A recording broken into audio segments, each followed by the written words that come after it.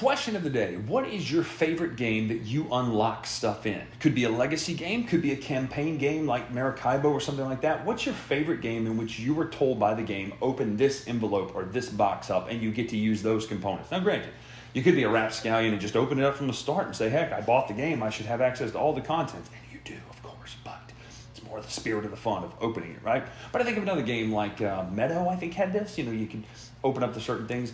What is your favorite game with unlockable contents? Now, that brings us today to Trek 12. Trek 12 is a roll and write game with some unique twists to the mechanics in which you are climbing mountains or something like that. But really and truly, it's a roll and write that uses mathematical abilities in your brain. Do I need this number? Do I need that number? Plus, it has 3 different maps to play across. Plus, it has the expedition mode where you can unlock a ton of great stuff, including, allegedly new maps and cards and all sorts of gear and helpers and stuff like that. 3 technical modes. Number 1 is just an exhibition play. You play the roll and write like any other roll and write. Number 2 is that expedition mode, which you unlock stuff and you play against each other for prestige and stars as opposed to individual scores. And last but not least, a great solo mode that's thought out. So let's take a look at Trek 12 and we'll come back up and talk final thoughts right now.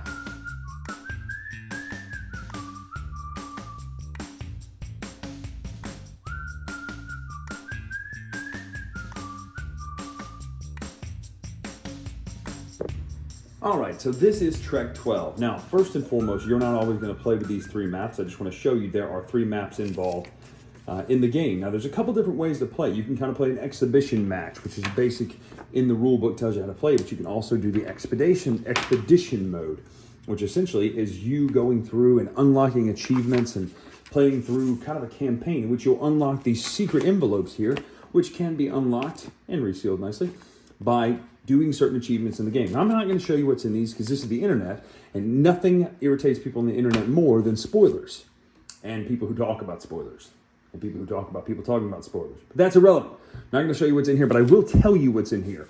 You can feel in certain of these, clearly there's more maps, there's more gear, there's more guides, there's more players to play against in solo mode, there's more players to help you in the game. There's a lot to unpack in here. So this is more than just a simple roll and write, even though the main mechanic of the game is a simple roll and write. Hence these 2 dice with numbers on them.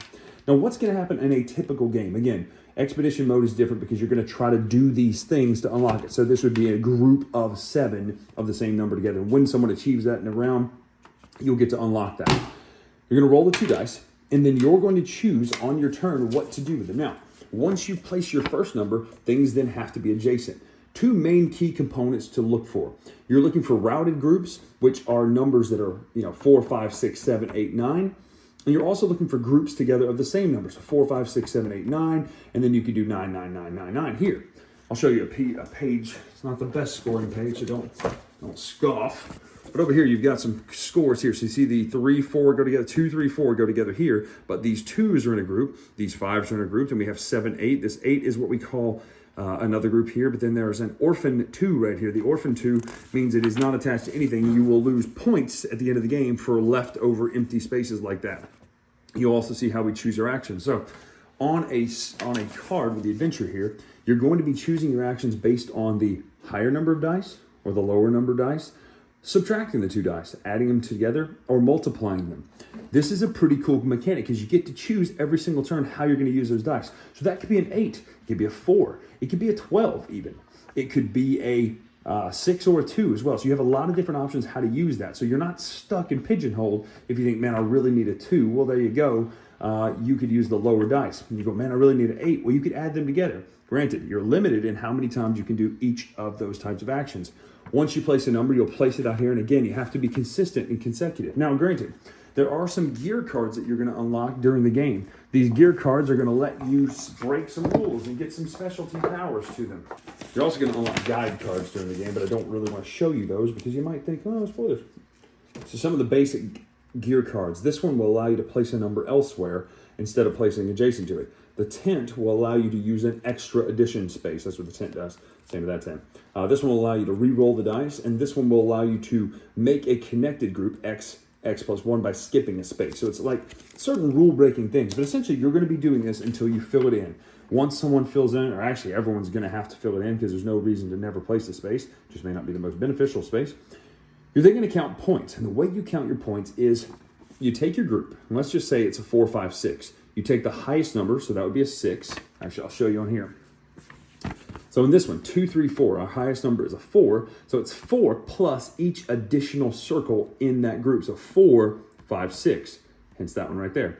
This one is 8, because it's 7, 8, plus 1 is 9.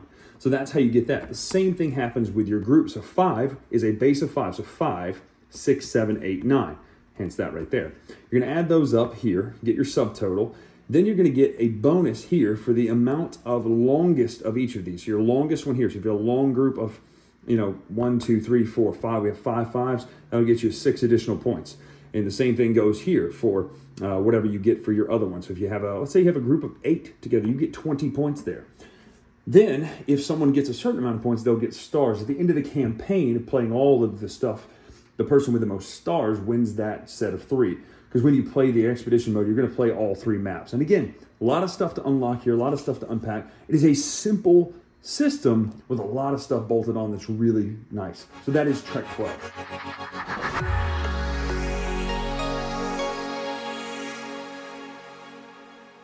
So that's Trek 12. At the end of the day, it's a fun roll and write. Now, looking at it, you're not going to be just calling your mom and be like, dude, this art is amazing. Why are you calling your mom dude? First of all, the art is what it is. I mean, it's pretty basic. It's simple. It doesn't look bad, but it's just there's not a lot to it. You've got the mountains in the background and some cool art there. I mean, some of the cards have some good art, but it's not really a thematic heavy game. This could be water motorsports for that matter. You've got this race, and this race. It really could be change the theme, but I like the theme of trekking up the Alps, especially because I like that ride in Animal Kingdom. But this is a fun game. I love the idea that each roll of the dice, you're not stuck with a 6 or a 2. You can go, I can make it a 4. I can make it an 8. Yeah, 6 and 2. I was trying to do the math on that. I can make it a 4. I can make it an 8. I think in how to play, I said 2. Now I feel like a moron. Oh, I was starting with the lower dice. You can say, I want the lower dice. I want the higher dice. I can multiply them together. That, to me, the variability of that is such a great thing. Plus, if you unlock those gear things in the expedition mode, you can get some great cheats to get you around stuff. So, really, really fun game. As a standalone roll and write expedition game or exhibition game, it's a fun roll and write, period. I think my favorite is still probably Harvest Dice, as simple as it is. But this reminds me a little bit of Harvest Dice. It's simple what you do, but then it creeps up on the stuff that you can do because of what you unlock, etc. The expedition mode is cool, though. I think that's the way to play, unless you just need a quick, let's play a 5-10 minute game. I like, playing through all 3 mountains, see who comes out the best, as well as unlocking. Ooh, did you get the 5 thing? It's just really fun. So if you're looking for a great new roll and write, Trek 12 is definitely one to check out. If you're through with roll and writes, you don't want any more, this is not one you're going to want. You have to like the genre, or you have to be lukewarm to the genre, because this one's got a lot of great stuff going for it. It doesn't have the brain-burning kind of boring ugliness of like a Gauche Clever, which is a great game, but it's just spreadsheet the game, or crossword the game. It's not really anything. This does at least try to do that.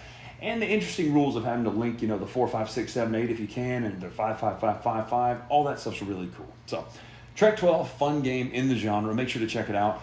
Also, speaking of checking out, October 20th, 1 week from the time of recording this video, October 20th, the Dice Tower merch store goes live, dicetowerstore.com. Now, you can get on the site right now and check it out, look at some stuff for pre-order and all that stuff. But Dice Tower Store goes live October 20th. We cannot wait to show you all the brand new merch we have. It's the very first taste of what's coming. More shirts, more stuff's coming. Rep the Dice Tower in the best way you can with Dice Tower merch from dicetowerstore.com. I'm Bryan Drake. Make sure to follow us on Twitter, Instagram, etc. at Dice Tower Bryan. Until next time, we'll see you.